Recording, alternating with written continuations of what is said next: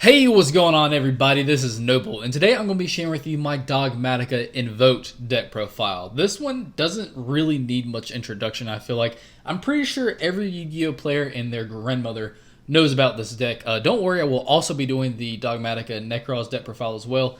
I've been getting a request for that. I just want to do this one first, but before we get into this, I just want to show you guys my brand new playmat. I just came back from vacation at the beach, and I had custom made this one online of Paomangamats. Told them what I wanted. They made it happen. I got like within a week, like a little bit after a week. It's absolutely gorgeous. Like Cyber Dragon Infinity, access code and IP, and then all the cards in the background. You can't see all of them, but like I handpicked those as well. Like they just literally let you pick what you want to pick, and they'll make it for you. This is absolutely gorgeous. Single player playmat with zones. Absolutely recommend you guys checking them out. Get one like this or whatever you want. They can make it happen for you. So I will put a link down in the description below to where you can get a hold of them. So without further ado, guys, let's get into this. So to start off with, I'm playing three I don't know how to say it, Fleur de Lis. Now this one, okay, yeah, you could run this one less if you wanted to, but I really like this. It's just like a free summon, it feels like most of the time. And the Dogmatika stuff has gone down lately, as well as people are kind of putting their eyes towards the Mega 10s. So they are like Fleur de Lis and Ecclesia are both like sitting around the $20 range, and the Maximus jumped all the way down to like $13, at least last night it did. So this is definitely more viable now. Of course, you do need your servant, but we'll get into that in a little bit. But yeah, so I am opting to play 3 Fleur de Lis. I really like it because during the main phase, if a monster is special summoned from the extra deck on the field, quick effect, you can special summon this card from your hand. Then, if you control another Dogmatika monster, you can negate the effects of one face-up monster on the field, which is really cool because it doesn't target, and a lot of monsters that are worth negating have that target protection on them, and this doesn't target at all, so that is really helpful. Also, when your Dogmatika monster declares an attack, you can make all Dogmatika monsters you currently control gain 500 attack, and that attack boost is permanent as well, which is really nice. And you can only use each effect of Fleur de Lis the Knighted once per turn. So I'm still sure I'm not saying that right. I'm also running 2 Maximus. Again, take this one with a grain of salt. I see people run this at 1. I've seen people run this at 3. I like 2. It's kind of in the middle. And I don't see it all the time, but I see it when I need to see it, pretty much, I feel like. So what this one does is you can banish a Fusion, Synchro, Exceed, or Link monster from your graveyard, and special summon this card from your hand. During your main phase, you can activate this effect. Send 2 monsters with different names from your extra deck to the graveyard. Also, your opponent sends 2 monsters from the extra deck to the graveyard, and you cannot special summon from the extra deck for the rest of this turn. There's said extra deck so many times in the sense before. And then this is also a once per turn as well. So we're playing triple Ecclesia, which like is basically mandatory. I don't think I've seen anyone play less than 3 Ecclesia, which I am super excited about this being cheaper now, like $8 cheaper. It's really cool. It's more accessible. Wanted to dip a little bit more, but hey, it is what it is. It can't be destroyed by battle with a monster special summon from the extra deck. You can only use each of the following effects of Dogmatika Ecclesia, the Virtuous, once per turn. If a monster special summon from the extra deck is on the field, you can special summon this card from your hand. If this card is normal or special summon, you can activate this effect, add 1 Dogmatika card from your deck to your hand, accept another copy of this card, and then you can't special summon monsters from the extra deck for the rest of the turn if you use that effect. So it locks you out, but that search is really vital and really pivotal, and like you don't have to use it if you don't need to, but like it's just a free search and it's great. A lot of times, most of the time, you probably will want to use it. So for the invoked stuff, we're running triple Alistair, which I mean everyone is like, this isn't like a special unique deck profile. Like this is basically what everyone else is running, more or less, like a Maximus and Fleur de Lis perhaps.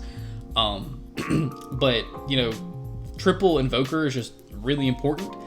Quick effect, you can send this card from your hand to the graveyard, target a fusion monster you control, and it gains 1,000 defense. Attack and defense to the end of this turn. If this card is normal, summoned, or flip face up, you can add 1 invocation from your deck to your hand, which is straight up amazing. For the hand traps, this is where it does get a little bit flexible. I really love Veiler, so I'm running triple effect Veiler. If you wanted to bump this down to 2 and then maybe play 3 Ogre, you could do that. Because I'm only running 2 Ogre, but I am running 3 Ash because I just love Ash. Also, Droll Lock's really cool if you wanted to think about that one as well. But like I said, like the hand traps are really versatile. I feel like most people are probably running Ogre and Ash and then Veiler maybe. But just whatever you want to play, like decide in as much as you want to play, do what you want to do. This is just kind of a guide. This is what I'm playing.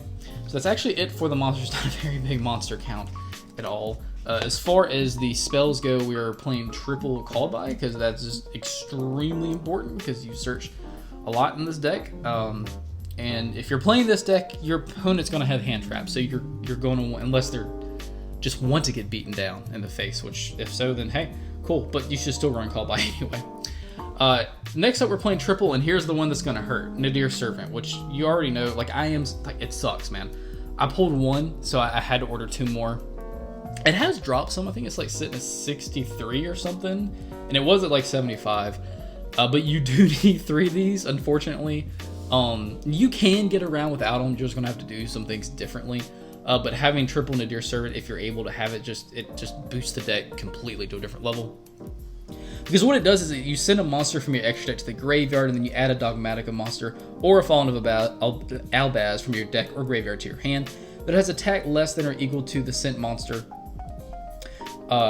in the graveyard. Also, for the rest of this turn, after this card resolves, you cannot special summon monsters from the extra deck, and you only activate 1 Nadir Servant per turn. So I opened a ton of packs. Like I was like over like 130 packs, and I only pulled 1 of these, so it is what it is.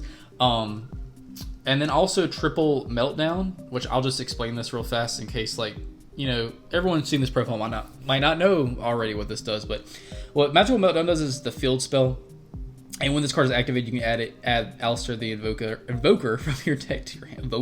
From your deck to your hand. The activation of your cards and effects that include the effect of a fusion summon. That include the effect that fusion summons a fusion monster cannot be negated. Also, your opponent's cards and effects cannot activate when a monster is fusion summoned this way. You can only activate 1 Magical Meltdown per turn. And then also, because we want to see that quickly, a Terraforming as well. And then also triple Invocation, which just has dropped some. I think you can get the super rare one for like $19 or something like that. Shout out to my buddy Steve for letting me use 2 of his Invocation because I can't find my other ones, even though I'm pretty positive I pulled a playset out of Shadows of Valhalla. Then I'm playing a Forbidden Droplet and also a triple Tactics talent. Now I'm running this because I pulled a Droplet. I don't have the other ones in yet, and I'm not going to order them until after the 10s and all that stuff because I'm solely focused on the 10s right now. This is kind of a placeholder. I would, if I had placed of droplets, or at least 2, I would definitely run droplets in this deck, personally. But if you, like, those are super expensive. This deck is already expensive.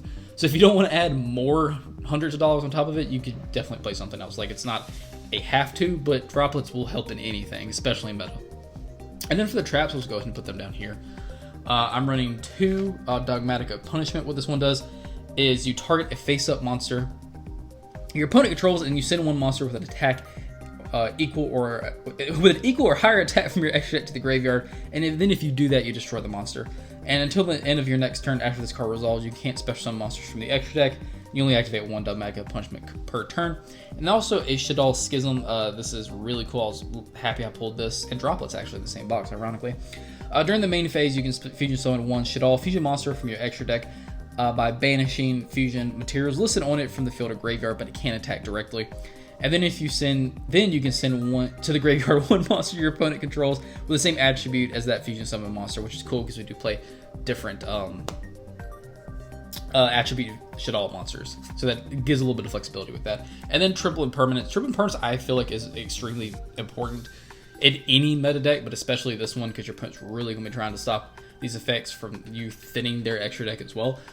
So triple imperm is just pretty important in my opinion. Like I said, if you don't have access to this, because this has been going up, I think it's like a $30 card now, you can run something else. So that's it for the main deck, guys. Let's get into the extra. The extra deck is really self-explanatory pretty much for the most part. I'm running a Titanclad, the Ash Dragon. I probably would actually be running 2 of this, except I only pulled 1. But what he does is he gains attack equal to the combined original levels of the monster is used for its fusion summon times 100.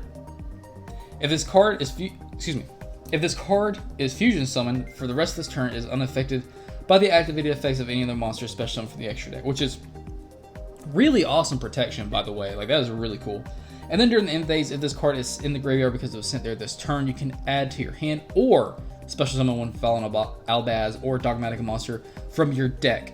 You can only use the effect once per turn. That is a really cool graveyard effect as well. Like I said, I'll probably be running into with this. I'm just not ordering any singles until after the Mega 10s, because it's a lot of stuff I want in that. Next up, I'm running 2 of what I say at the club was Intis. So what he does is he must be special summon from your extra deck by sending the above, blah blah blah. Once per turn, you can special summon 1 level 4 monster from your hand. If this card is sent to the graveyard, you can target a card on the field and then pop it. You can only special summon Elder Entity Intis once per turn. So for the Shaddoll package, I'm running 2 Construct. I like Construct. You could bump this one down if you wanted to. I'm also running a Winda if you'd rather run 2 Winda and 1 Construct. You could do that. And El Shaddoll, I say Al Capone. Literally every time I see this card, I say Al Capone. I know that's not how you say it, but for some reason that's what I think. And then for the Invoke stuff, 2 Mechaba is pretty important. Your opponent will probably get through that first Mechaba pretty quickly. So I think the second one's pretty important. A Purga Trio, I believe is how you say it. Invoked, guys, I don't know, the Edco guy. That's all I know how to say this one. This one is also extremely important for the deck. What this one does is this card is special summon, or if a monster is special summoned to your opponent's field, you can target 1 monster your opponent controls, destroy it, and you can only use this effect once per turn.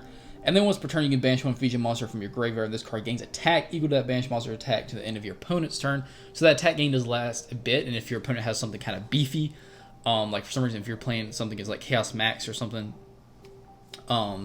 that would be able to get over that pretty good. And then for the last ones, a Cyber Dragon Nova, a Cyframe Lord Omega. This one's really cool. Salomon Great Almirage, and then a Secure Gardener. And you could also run, if you want to take in, a Fossil Warrior Skull King. I've seen that done a few times. That seems to work pretty well as well.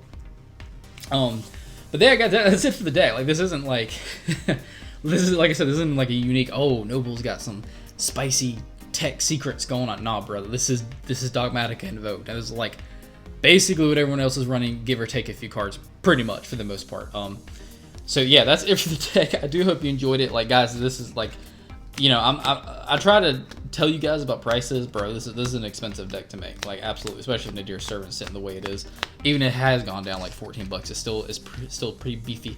Like I said, do not worry. I will be going over the Dogmatika Necros deck profile, which seemed really interesting, so I do want to do a build about that as well. But if you guys are here and you haven't already done so, go ahead and subscribe. I'd absolutely appreciate that so very much. Give this video a thumbs up if you liked it, and hit the bell so you become a part of the notification team so you don't miss anything that goes on this channel. Thanks for watching, and I'll see you guys in the next video.